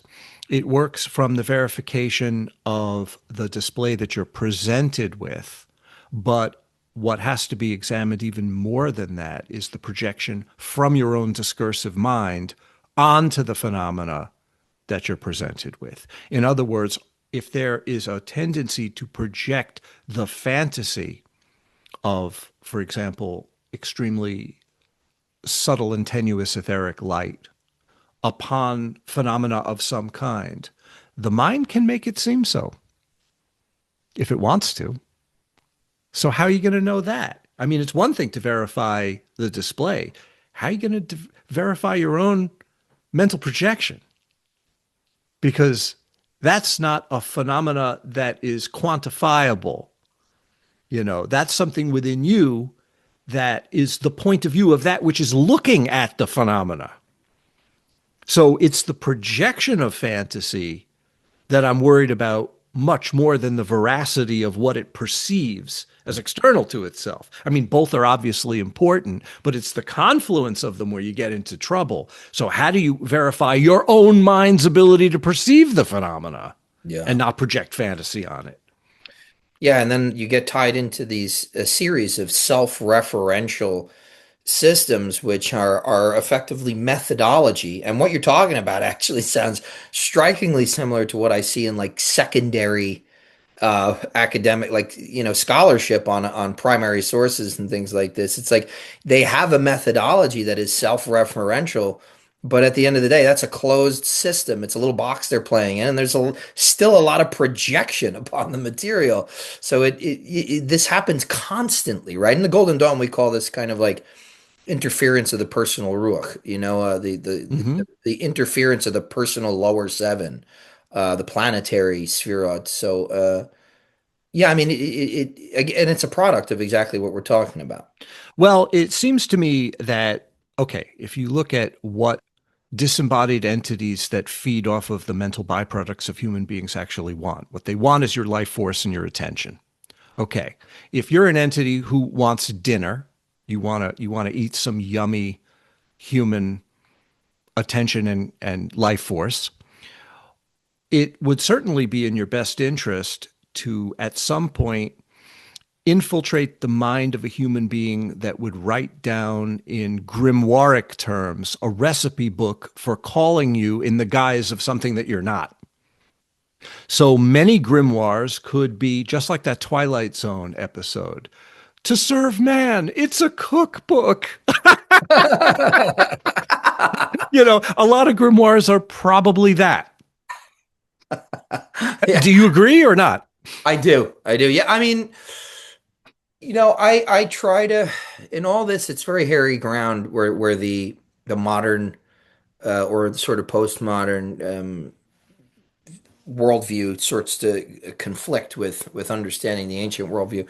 But overall, it's like, yeah, it's this is why I'm not like I don't. Most of the stuff I talk about is not grimoire magic. It's not Solomonic. It's not even Enochian. And I might get in a little some hot water talking about that, but because Enochian is, it's, I mean, that's completely, it's almost like an alien species landing on the earth, and it's, telling us to trust it in a lot of ways. But um, I would agree. Overwhelmingly, I would agree that there is no, and this goes as far back as to the second century in the Chaldean oracles. I think it might be like fragment 121. I can't remember 151, something like that. But what's got translated is and ever seeking to drag down the soul, leap forth the dog-faced demons, never showing true form to mortal gaze. So it's this has been a preoccupation for a very long time, and I tend to be a little bit more of a I err on the side of caution when working with this stuff. I feel that it's insane not to. There's it's such Mhm. a it's such a severe disadvantage. Most of us working on with these things, and people will say. I had somebody write in a comment section one time. It's like, yeah, but these entities themselves are the best source of what they actually are. They're the best. They're the only source. They're the best source and able to tell us what they are. And it's like that not only seems naive, that seems like an idiotic worldview to me. Like a way to approach that. Well, I'm a guy who comes from a background where I haven't in my life been able to trust too many other beings too much. So I'm trust challenged. So why the hell am I going to trust some disembodied voice in a temple and assume that it is what it purports to be? Well, having gone through years of practicing like that, I eventually decided to no longer practice like that and practice in a very different way. So to me, spiritual guidance, which is a necessity, an absolute necessity, we cannot do it alone as personal self-identified beings. Let's just get that off the table. It's impossible to go past a certain point if we don't rely on some form of what I would call grace beyond my own thinking and feeling and beyond my own immersive experiences, even. That something has to guide me beyond even the point at which my own experience dissolves into a cosmic register. That won't even be able to guide me. I wouldn't even trust that as a source of wisdom. It has to be something from beyond. The ground itself and its own nature has to guide me, not through information or telling me things or advising me, but through the expression of that nature in and of itself, through its own primordial purity, which is the essence of my own mind. So, in a sense, there's nothing external guiding me whatsoever. Mhm. And you couldn't say that it's internal either. It's beyond internal and external differences. It's the ground. It's Or and Sof. That's what I trust. That's what I rely on. That's what I surrender to. So to me, the Eidolon is that aperture introducing itself. And in that introduction, there are still steps and stages Mhm. because it's not just one thing. It's not that the ground is just one thing. As a matter of fact, what we're talking about here, or what I'm suggesting, is that there are levels of realization that are beyond even the level of Keter, Mhm. that go into the nature of Ein Sof in an incremental way. There's the supernal register, which is sort of the introduction of that aperture opening, but there's also a primordial register beyond that. And we spoke about it a little bit the last time. Those are the forces of tohu and bohu Mhm. that are articulated in books like the Etz Chaim, basic Kabbalistic text. And beyond that, even there is the essential nature of the paradox of the Or Ein Sof, which goes into the most unarticulated, undifferentiated aspects of the primordial Tzimtzum, beyond even the Tohu and the Bohu. And this is all beyond the Sphirot entirely, beyond Keter. That's what's introducing itself through the Eidolon, Mhm. the endlessness. But it's not that you're escaping or going beyond the Sphirot. Quite the opposite. You're merging this idea of immanent and transcendent to the point that microcosmic and macrocosmic distinctions pass away. You're going into the fundamental basis of all phenomena, no matter what it is. And if you want to look at it in terms of steps and stages from the point of view of explanation, it's what the Sefer Yetzirah refers to as running and returning, which is a quote from the book of Ezekiel, first chapter. The running aspect would be the ability to dissolve consciousness in its own inherent awareness to the point that it dissolves in realization. But ultimately, that has to return right here, right now, as the malkut of your own embodied state. You're not escaping your own suffering, in other words, like we said. You're using the suffering body the way that the God man of Jesus used his suffering body, as a sacrifice, as an offering, as an expression of divinity in all its horror and delight. Well, and I find it interesting too because you've got here in the Hebrew Mashiach, right? Correct? Yeah.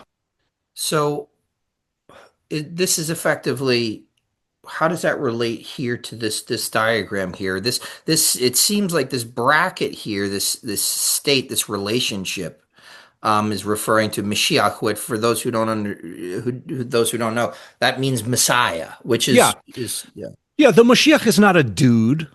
It's not a figure. It's no, the principle of awakening. It's the principle of the realization of this transparency between that which beyond the sphere of what seems contained is acausal and unconditioned, and within the state of manifestation, which is the primordial Tzimtzum, we have the causes and conditions of things.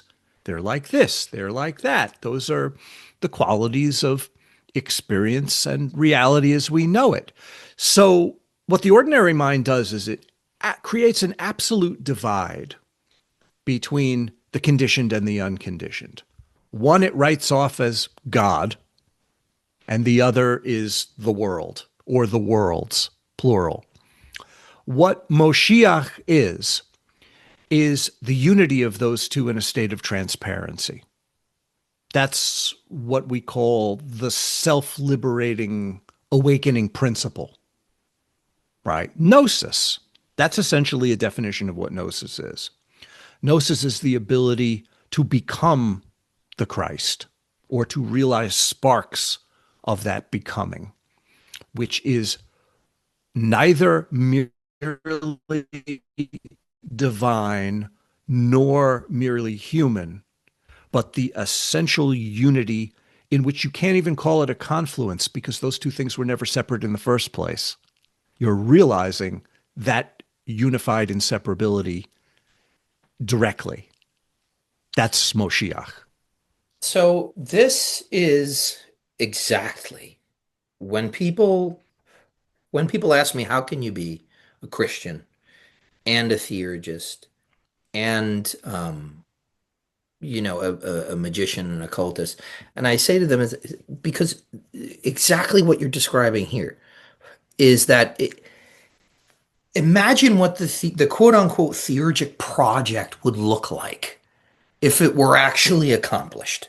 A lot of people don't realize, like, when Iamblichus and Proclus talk about theurgic accomplishment, Iamblichus in particular says, like, this, of all the people who practice this stuff, it comes to very few and much, much later on in life.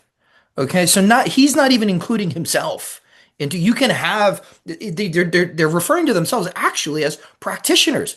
The same thing with Plotinus. Why? Because they admit that they haven't achieved stable realization. They've had a few Hmm. henostic, unitive, transcendent experiences, but they have not achieved stable realization. So they're also talking from the point of view of practitioners rather than people who achieve stable realization. To me, right? Not being a bumbling literalist about everything all the time, because I'm not allocating the source of authority to this Cartesian worldview. I include my subjective experience and ways of thinking about things and the phenomenology of all this. That to me, that's exactly what this is talking about, and it comes down to again where it all started in Platonism. Okay, when Plato says that the pedia or the education of the soul is actually just a remembering, but it's not an intellectualized remembering. It's not a theoretical remembering. It is an experiential remembering, like going lucid in a dream, where it's like, boom, Yeah, that's I what the am the Eidolon is. dreamer. You That know? that's what the Eidolon is introducing. Yeah, Yeah. And the real question about what you're saying, getting back to what you just said, this is why we have to be extremely wary of those who make claims of things like stable realization. Because if Iamblichus doesn't have it, you know. yeah, So claims of stable realization do something really dangerous. When they're made and asserted, those people who are spiritually hungry and possibly vulnerable will project their fantasy life directly into the assertion of those claims. And that confluence between grandiose claims and the projection of fantasy, that's the toxin that turns spiritual systems into the worst kind of nightmare, and the potential for manipulation and distortion, where you could waste an entire lifetime in the sinking quagmire of a relationship with, a false teacher, a system that misleads you, that has agendas that are not being presented as what it's really about. That the fantasy life of a suffering person very often acts from a state of desperation, where a lot of it, I mean, I don't want to diminish this by writing it off as an ordinary phenomena, but a lot of it just comes from childhood. You know, absolutely. a lot of it comes from just being a hurt little child who wants to not feel pain anymore Yep. and wants to make it all okay. And a lot of that is mommy daddy stuff, you know, Yeah. mommy daddy poopy stuff.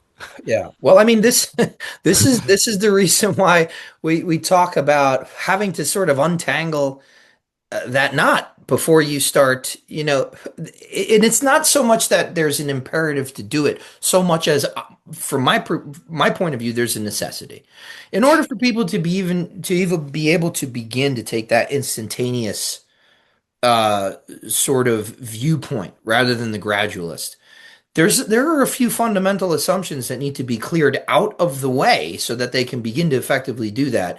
And I think that it in no way trivializes the sense of significance and import to the spiritual life to really acknowledge, like, how much we are influenced by our early experiences, our family history, and how much of our quote unquote or the exercising of our autonomous will, how much of that is simply just a reaction against what happened The same Yeah. way we were talking about how I am now I am tying myself to something I'm trying to get away from by defining my identity based on it.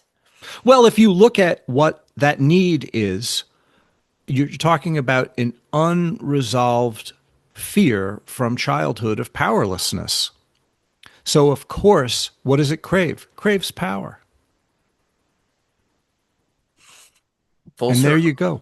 There you Yeah. go. So, if you're a magician who's trying to manipulate forces for the purposes of acquiring power, chances are you're compensating for stuff in your childhood that is unresolved because you're scared on a basic existential level, fundamentally deep down, below the layers of bullshit that you've told yourself and others for years, and the clothes that you wear, and the stance that you take, and how great and powerful you are, and how strong your will is. Below all of that is a scared kid. Chances are. And the only reason why I say that with the kind of authority that I do is because I was that kid. Yeah, same. And that's the thing. People, and again, it's, people get it mixed up. They think like when I say things that are like, like this, a lot of people think that I'm moralizing from a standpoint of I'm telling everyone I have clean hands. When I say to people like, be careful of avarice, be careful of lust, be careful of anger, it's not because I'm like, oh, this is what the book told me. That's what I should be. I have applied the philosophies. I have applied the ideologies that, of those to actual behaviors where I have really felt the flame, been burnt, been, nearly destroyed by many of these things. So yeah, we speak from places of I think profound experiences, both knowing each other's history and how similar the that our background is in this stuff. Like we're not standing on a pulpit in white gowns. We're telling No, you if from the anybody pit. accuses me of that, I would say just talk to anybody who knew me when I was 22 years old. Yeah, exactly. I'm 62 now, Yeah. Why don't you you go know. and talk to my former drug dealer? Yeah. Or why don't you talk to any of my former girlfriends? Yeah. That's where you get the real Yeah. horrors. Yeah. But the thing of it is that this hunger to project fantasy onto scenarios, that after the gross level repair work is done in the personality, and a person is, for example, on a track where they want to dedicate their lives to something good, right? Even within that, the propensity for hidden layers of fantasy interpretations, that's what infects the practitioner, not the gross level stuff, because chances are they wouldn't be interested in any of it if they were still stuck in the gross level stuff. Mm. It's the subtle areas where the fantasy mechanism to solve the issue of fear has a residue to it that's very sticky, and it attaches to anything that purports to solve its problems. Mm. Like, all I have to do is realize this, and then I'll be okay. And God, I sure want to be okay.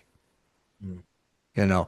So it becomes a power game of acquiring the territory that makes things all right. And through the masquerade of that ghostly presence of what it purports to be, we can get into we can get caught up into all kinds of stuff we hadn't counted on, especially with the aid of disembodied entities who want to feed off of us on the way, Mm. which is another story. Yeah, that's another talk, which we should do. We have done a little bit, but we should definitely do one in detail. People, I think, yeah, that would be a good conversation. Yeah, because this is something that your audience is going to encounter. And this is something that the warnings are not clear enough. Right. Yeah. And the promises are too seductive and delicious in relation to what the warnings could be.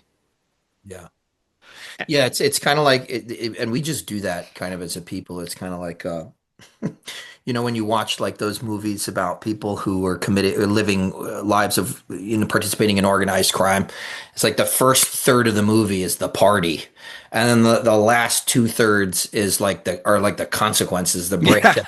And for some reason, it like it's almost like most people only watch or only paying attention during the first third of the movie. It's like they're more than willing. Why? Again, escapism. They want to live vicariously through this sort of thing, and the blinders are up when it comes to the real consequences. I think it's a real bad habit of thought we're in. Well, that's very interesting because that's exactly what drugs do.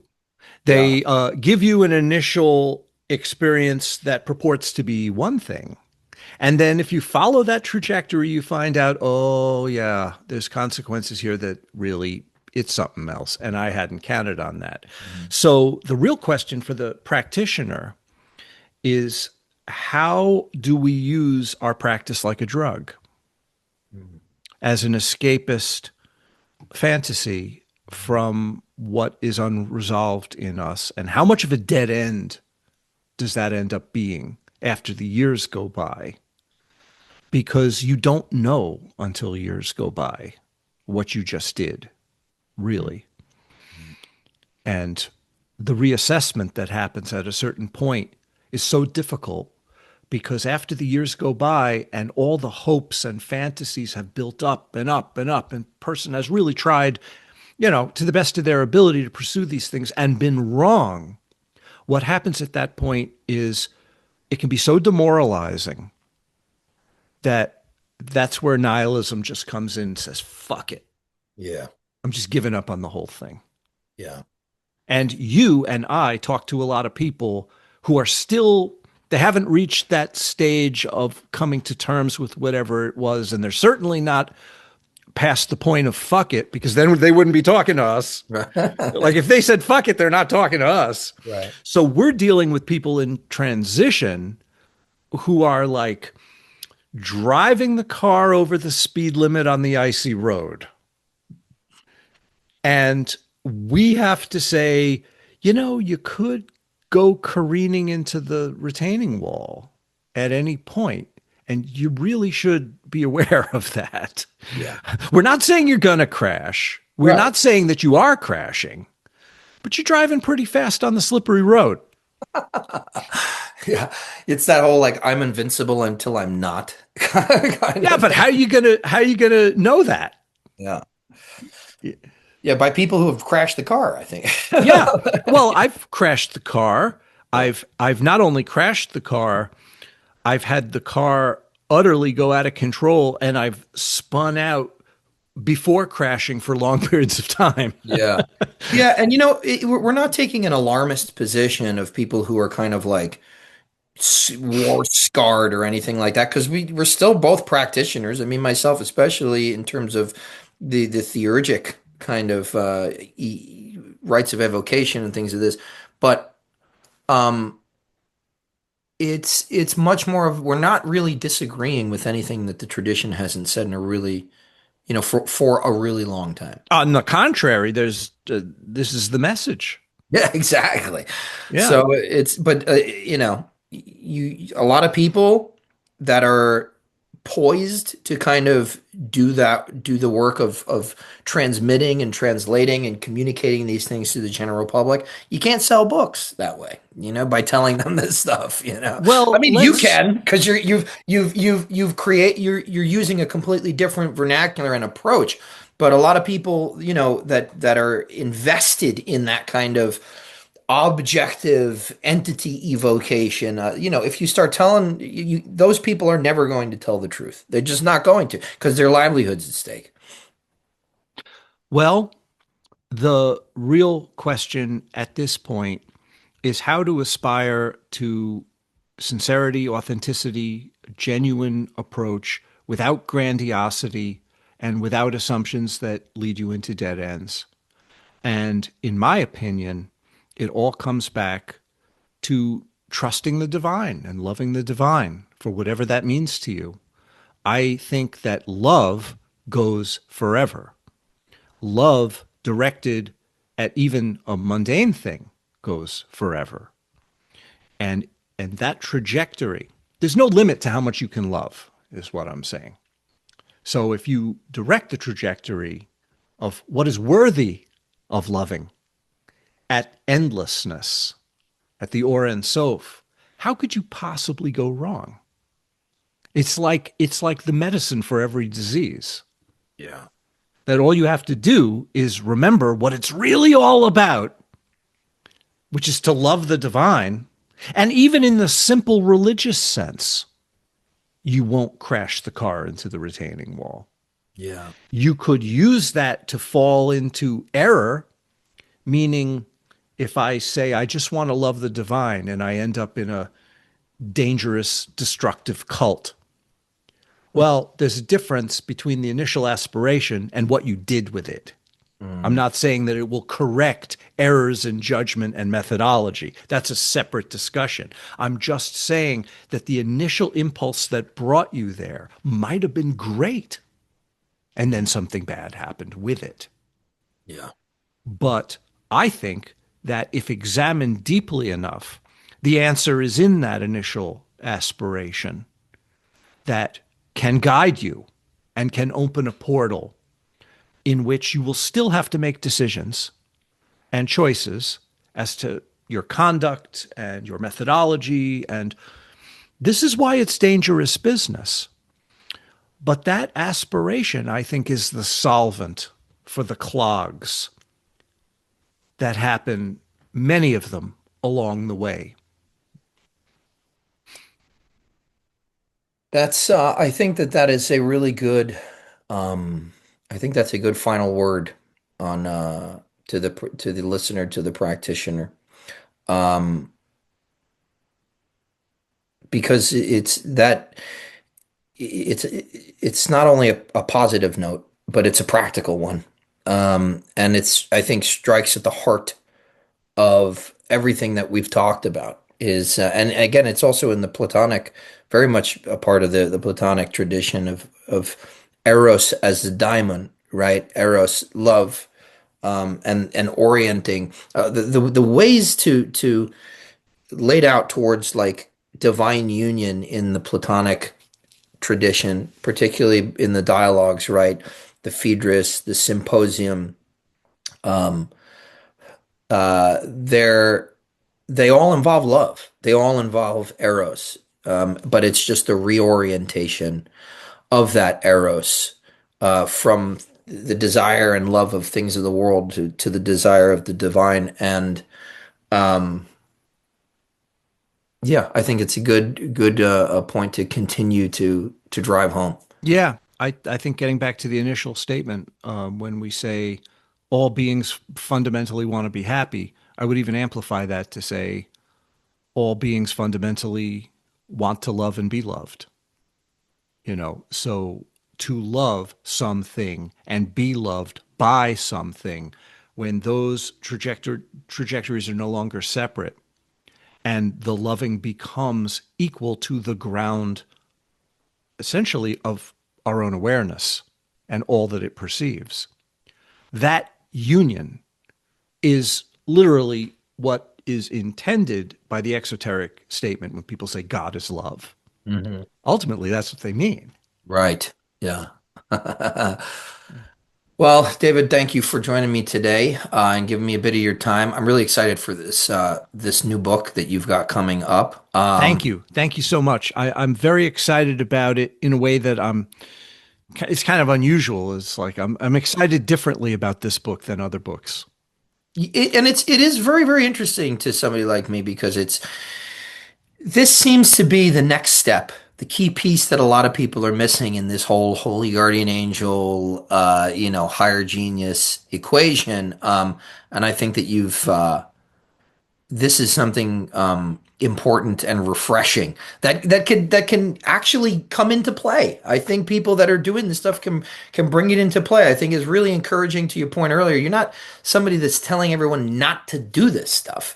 It's in terms of the theurgic sort of trajectory, but it's not to be confused, not to confuse or to continually reify the tools which the system gives to guide, the soul, as we would put it. Don't confuse that with the end in and of itself. Hmm. You know, it's funny that I didn't actually set out to write a book like this. I set out to write a very different type of book, and it morphed into this just by necessity, by the process of writing it. My Grace. initial my initial idea was to write a book about being a practitioner and using your own suffering as your practice. I mean, I Mhm. wanted to write a book about suffering, the nature of surrender and suffering. And it became the Eidolon because I realized that the aperture that opens to make use of what you are is really something that has to be spelled out clearly. And then I realized that this concept of guidance, spiritual guidance, upon which we tether the rope that ties us to a position, this is something that goes into areas which are the essence of bad areas, Mm.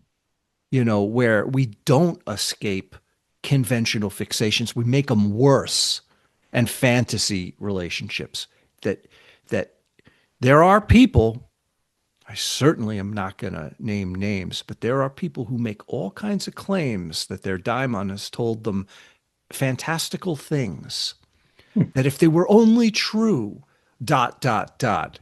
And yet, it just seems to me to be dirty business of Yeah. following people making claims because a disembodied intelligence told them something. Yeah. Dangerous, dangerous stuff. There's got to be another way. Yeah, I mean, this is essentially like what serial killers like do, like Son of Sam and stuff. I did it because something my dog was telling me or something, It's just the potential for things to go wrong. But this is not uncommon. No, not at all. Actually, I mean, and right, here's another reason why I love the gospel so much. By their fruits shall you know them. You give given enough time, you'll see people unwind, complete. And it's sad. I don't revel in that, but it's a truism at this point. It's a cliche almost. If you've been doing this for any real amount of time in communities, people unwind. I like to say, like the people that I know who work with Enochian the most are fucking chaos on wheels.